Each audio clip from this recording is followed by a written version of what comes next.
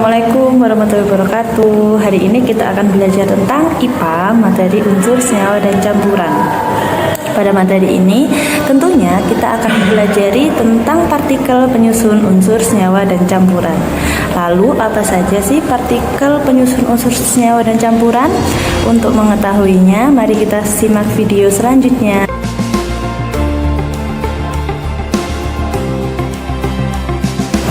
Coba kalian perhatikan gambar makroskopis dari besi dan air serta gambaran submikroskopisnya. Menurut kalian, apakah terdapat perbedaan dari gambaran submikroskopis air dan besi? Sekali ya perbedaannya, bahwa gambar submikroskopis besi hanya terdiri dari satu jenis partikel yang berwarna ungu, sedangkan gambar submikroskopis air terdiri dari dua jenis partikel, yaitu yang satu berwarna merah dan dua berwarna putih. Dilihat di slide, jika besi dipotong, dia tidak akan menjadi zat lain. Terbukti dengan gambaran submikroskopisnya tetap. Sedangkan air ketika dielektrolisis, dia akan berubah menjadi zat lain. Akan berubah menjadi hidrogen dan oksigen. Besi merupakan contoh dari unsur. Dari penjelasan sebelumnya, maka dapat disimpulkan bahwa unsur adalah partikel yang tidak dapat diuraikan lagi menjadi partikel yang lebih sederhana. Sedangkan air merupakan contoh dari senyawa, maka dapat disimpulkan bahwa senyawa adalah zat yang terbentuk dari dua atau lebih unsur dan dapat diuraikan menjadi zat lain. Dalam proses elektrolisis, air yang memiliki rumus kimia H2O akan terurai menjadi gas hidrogen dan gas oksigen. Gas hidrogen memiliki rumus kimia H2, sedangkan gas oksigen memiliki rumus kimia O2.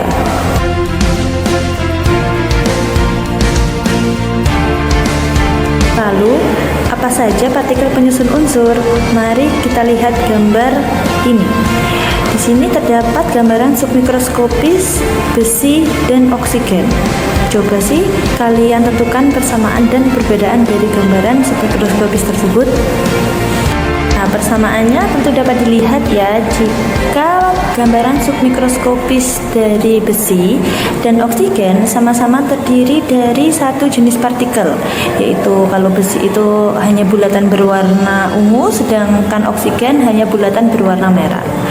Perbedaannya, jika kalian lihat di gambar submikroskopis besi hanya terdiri dari satu saja, tidak ada ikatan antara partikel besi satu dan yang lainnya. Sedangkan pada oksigen, dalam satu partikel penyusun oksigen terdiri dari dua atom oksigen yang saling berikatan.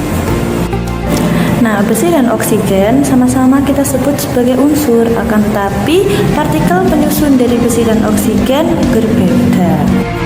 Partikel penyusun besi terdiri dari atom-atom besi. Atom-atom besi tidak dapat dibagi lagi menjadi partikel yang lebih sederhana. Maka dapat disimpulkan jika atom adalah partikel terkecil dari suatu zat yang tidak dapat dibagi lagi menjadi partikel yang lebih sederhana. Partikel penyusun oksigen kita sebut sebagai molekul unsur. Molekul unsur yang kita ketahui pada gambaran submikroskopis oksigen adalah dua atom oksigen yang saling berikatan. Maka dapat disimpulkan bahwa molekul unsur adalah dua atau lebih atom sejenis yang saling berikatan. Penjelasan yang telah saya jelaskan sebelumnya, maka dapat disimpulkan bahwa partikel penyusun unsur dapat berupa atom seperti pada besi dan dapat berupa molekul unsur seperti pada oksigen. Besi merupakan contoh dari unsur. Dari penjelasan sebelumnya, maka dapat disimpulkan bahwa unsur adalah partikel yang tidak dapat diuraikan lagi menjadi partikel yang lebih sederhana. Sedangkan air merupakan contoh dari senyawa, maka dapat disimpulkan bahwa senyawa adalah zat yang terbentuk dari dua atau lebih unsur dan dapat diuraikan menjadi zat lain. Nah, temukan perbedaan gambaran submikroskopis dari air dan garam dapur di bawah ini. Dapat dilihat bahwa persamaannya dari gambar submikroskopis air dan garam dapur dapat dilihat bahwa kedua partikel tersebut terdiri dari dua jenis partikel. Seperti pada air terdiri dari partikel atau atom yang berwarna merah dan dua berwarna putih. Sedangkan pada NaCl terdiri dari partikel yang berwarna hijau dan berwarna ungu. Sedangkan perbedaannya pada gambar submikroskopis air tidak ada muatan, sedangkan pada gambar submikroskopis garam dapur atau NaCl terdapat muatan pada atom Na dan pada atom Cl. Air dan garam dapur merupakan contoh dari senyawa, akan tetapi mereka memiliki partikel penyusun yang berbeda. Partikel penyusun air merupakan partikel-partikel yang tidak bermuatan dan kita sebut sebagai molekul. Maka dapat disimpulkan bahwa molekul adalah gabungan dari dua atom yang berbeda jenis dan saling berikatan. Apa bedanya dengan molekul unsur tadi? Jika molekul unsur dia terdiri dari satu jenis tapi saling berikatan, seperti oksigen O dan O saling berikatan.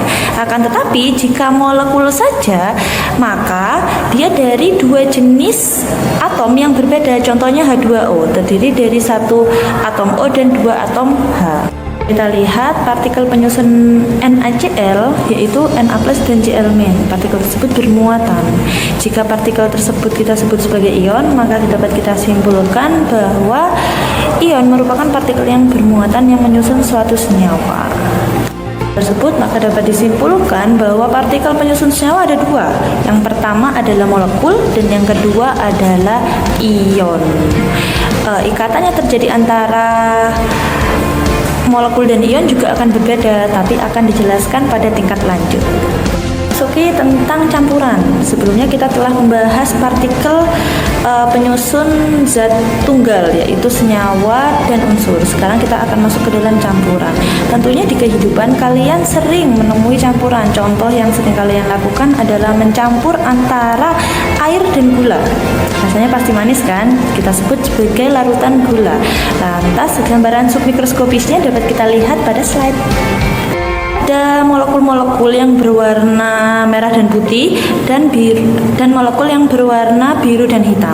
Molekul berwarna merah dan putih seperti sejak awal itu adalah molekul air, sedangkan molekul yang berwarna hitam dan biru merupakan molekul gula atau glukosa. Pada saat pencampuran air dan glukosa, maka molekul glukosa akan dikelilingi oleh molekul air sehingga terjadi pelarutan gula oleh air.